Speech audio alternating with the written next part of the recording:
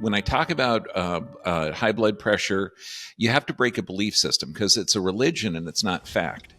But why do you think you are so driven to work so much? Do you think like you have a mission? But what is driving you so much to work? When you look at it, it's a duty, okay, to mankind. When I'm working on human beings, okay, I have a view that they are divinely created, that there is a life force inside of human beings. They say the body is made in the image and likeness of God.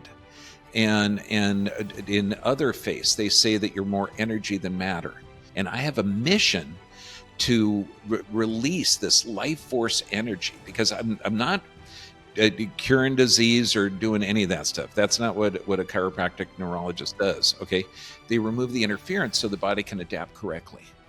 And so I'm working with this life force energy every day in a population that is generally ignorant of that life force. They think they have a disease, that it runs in the family, or it's genetic, or they can't do anything. I got to tell you, I work with genetic anomalies every day. I work with people that have huge disease processes, and you see them reversed.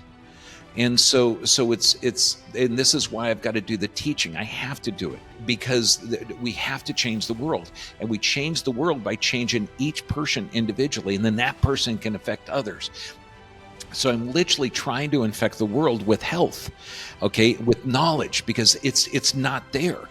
And when you have that, you have this driving force that people are perfect, and I have to get that information out. And then I saw the magic, and it's a miracle what the body is. People don't know, and it's like I know a secret, and I gotta tell them.